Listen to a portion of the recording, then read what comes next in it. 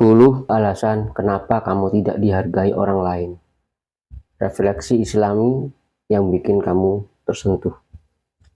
Hai teman-teman, pernah nggak sih kalian merasa sudah melakukan banyak hal baik, tapi kok rasanya orang lain nggak menghargai apa yang kalian lakukan?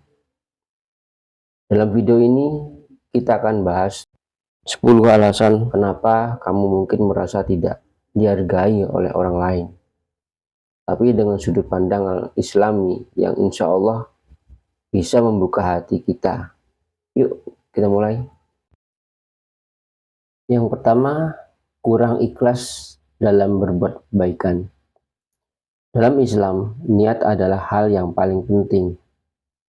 Setiap kebaikan yang kita lakukan harusnya hanya untuk mencari doa Allah, bukan untuk mendapatkan pujian dari orang lain.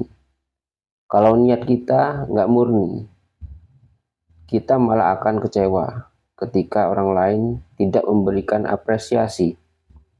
Padahal Allah berfirman dalam Al-Quran, dan mereka tidak diperintahkan kecuali agar beribadah kepada Allah dengan ikhlas. Surat Bayyinah ayat 5.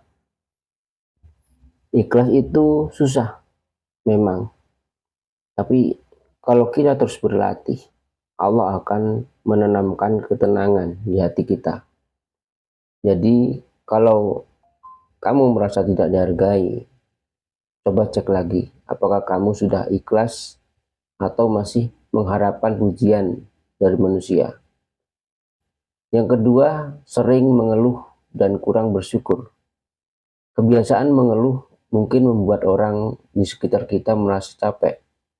Dan ini bisa jadi salah satu alasan kenapa mereka tidak menghargai kita. Di dalam Islam, bersyukur adalah kunci agar Allah menambah nikmat-Nya kepada kita. Seperti yang disebutkan dalam surat Ibrahim ayat 7. Jika kamu bersyukur, niscaya aku akan menambahkan nikmat kepadamu. Jadi dengan bersyukur, kita memancarkan energi positif. Dan orang-orang di sekitar kita pun akan lebih menghargai keberadaan kita. Cobalah untuk selalu mengucapkan Alhamdulillah dalam setiap situasi, baik itu sulit maupun senang. Yang ketiga, kurang tulus dalam berinteraksi. Keikhlasan atau ketulusan adalah sifat yang sangat dihargai dalam Islam. Nabi Muhammad selalu mengajarkan kita untuk berbuat baik dengan hati yang bersih. Orang yang berinteraksi tanpa pamrih biasanya akan dihargai lebih oleh orang lain. Misalnya, jika kamu membantu teman dengan niat tulus tanpa mengharap imbalan, mereka pasti akan lebih menghargai kebaikanmu.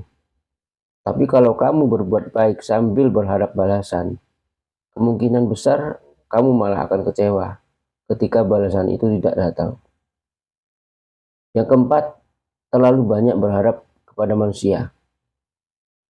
Sebagai manusia, wajar jika kita berharap dihargai. Tapi jangan lupa, manusia itu terbatas dan tidak sempurna. Kadang mereka bisa mengecewakan. Dalam Islam, kita diajarkan untuk lebih banyak berharap pada Allah daripada kepada manusia.